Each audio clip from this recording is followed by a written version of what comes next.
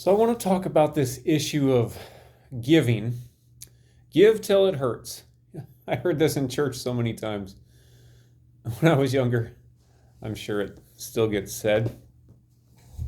But is it true? Should you really give till it hurts? And if so, till it hurts how much? How does God really look at this? I'll tell you, through the lens of his love, which is not just a nebulous idea. For him, it's a very real, practical, structured thing, which is why he governs everybody with the law of love. Okay? So, what do we see in the Bible and what do we usually hear in church? Give to those who give to him who asks of you, Jesus said. Given it shall be given unto you, good measure, pressed down, shaken together, will men pour into your laps. Jesus said those things. There are other places in the Bible that say the same. The Old Testament law admonished them to, in several different ways, to share with those in need. Jesus talked about rich people who didn't share with those in need. We're going to talk about that specifically in a minute. It's in 1 John. You know, if somebody has the world's goods and sees his brother in need and does not give him what he needs, how can the love of God be in him? It's in James, right? It's all through the Bible, of course. It's in Proverbs. One of my favorite ones is, there is one who distributes abroad but increases the more, and there is one who withholds what is justly due, but it results only in want. That's one of my favorite ones in Proverbs 11. So the Bible advocates it, okay? But the Bible is the written word, okay? Christ himself is the living word, okay? There's a difference between the two. And I'm going to tell you how this relates to money. And giving. The difference is basically when you text somebody, you're getting a written word from them, okay? What is it? When you get a text or an email or a letter, right? You get no emotion, you get no nuance, you get no body language, you get no spiritual connection, which is the best, right? When you're with somebody, enjoying that deep spiritual connection with them, right? You get none of that in a text or an email or a letter, okay? It's the same with God. You can get general instructions, which are practical and helpful, but they're not the be-all, end-all, okay? What do you need? To have a real meaningful relationship with somebody, you need to be with them in person. The same goes with God, our Father, Yahweh, with Yeshua, our Lord, with their Spirit, right? Because, why? Because it's not so simple as just giving all that. And I'm going to give you personal examples, okay?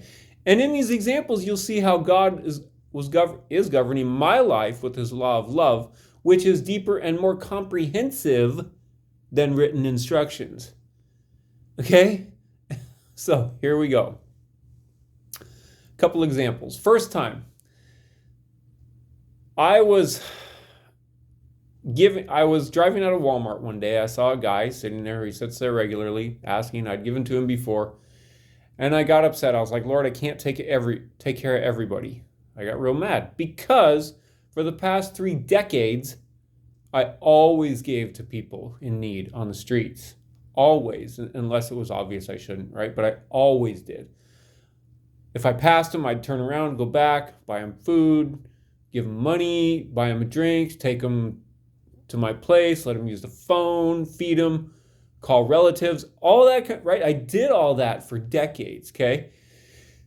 And doing all that and seeing the need, right? I got upset. I'm like, Lord, I can't take care of them all, okay?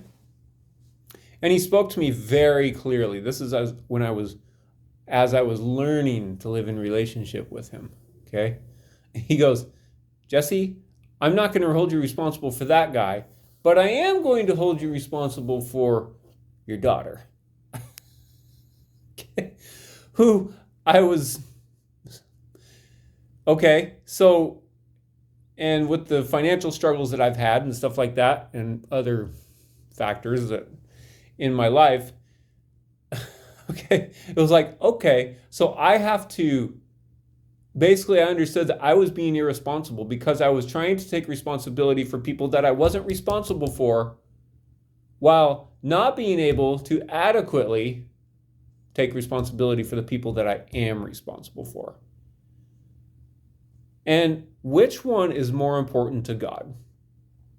When I'm standing in front of him, is he going to ask me about the guy over here that I don't even know? Or is he going to ask me about my daughter as far as who I'm responsible for? He's going to ask me about my kid. Okay? So it's like, so ever since that time, this was probably 3 years ago, I would say, I have stopped giving to those people. And in church, most of the time you wouldn't hear that. They'd be like, oh, Jesse, you have to give. I heard that so many times in church. You have to give in order to have God give to you. Unless you live in a relationship with God and he's governing you with his law of love and he says, hey, that's being irresponsible. Be responsible for who you're responsible for first. Because that's who I'm going to ask you about when you're standing in front of me. See the difference? You got a written word, and then you've got the living word governing your life with the law of love. Okay? Example number 2. I hate this when this happens. I have all these great examples in mind, and then they just are making a video. Out they go. But I guess I'll just stick with that one. So, I know what I was going to talk about. This is not an example. This is a truth that I'm learning, okay? So, it's related. As I drive around, okay, and I live in the Northwest, and I see try driving through Seattle. It's a disaster, okay? There's so much homelessness, right? And I don't judge. I don't say that in a judgmental way because I was homeless, but it's a fact, okay? And you see it and it's like, it's so overwhelming, okay?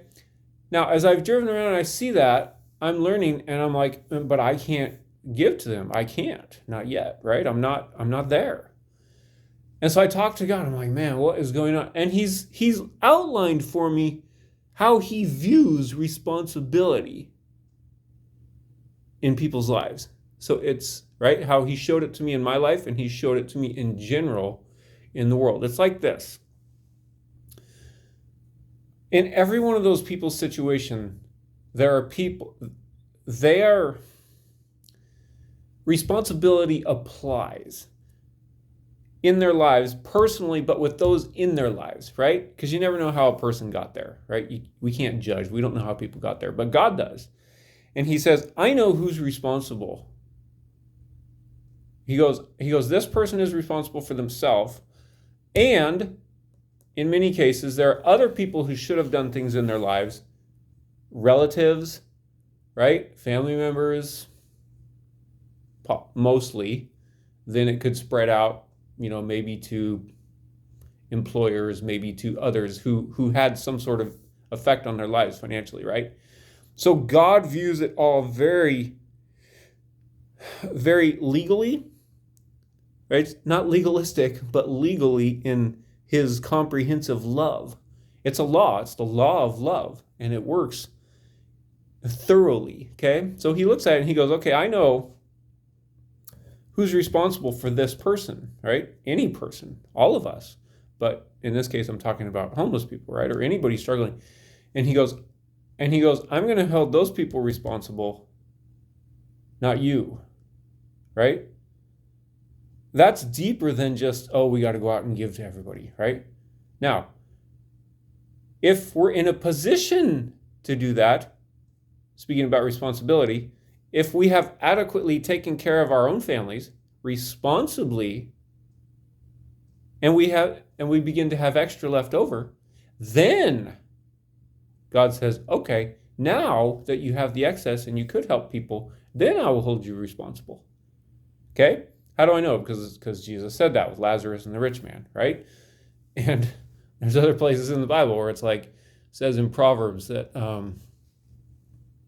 what does it say? He who gives to the poor lends to the Lord, and the Lord will repay him. There's other things in Proverbs. That's not the one I was thinking of. That one just popped into my mind. But, right?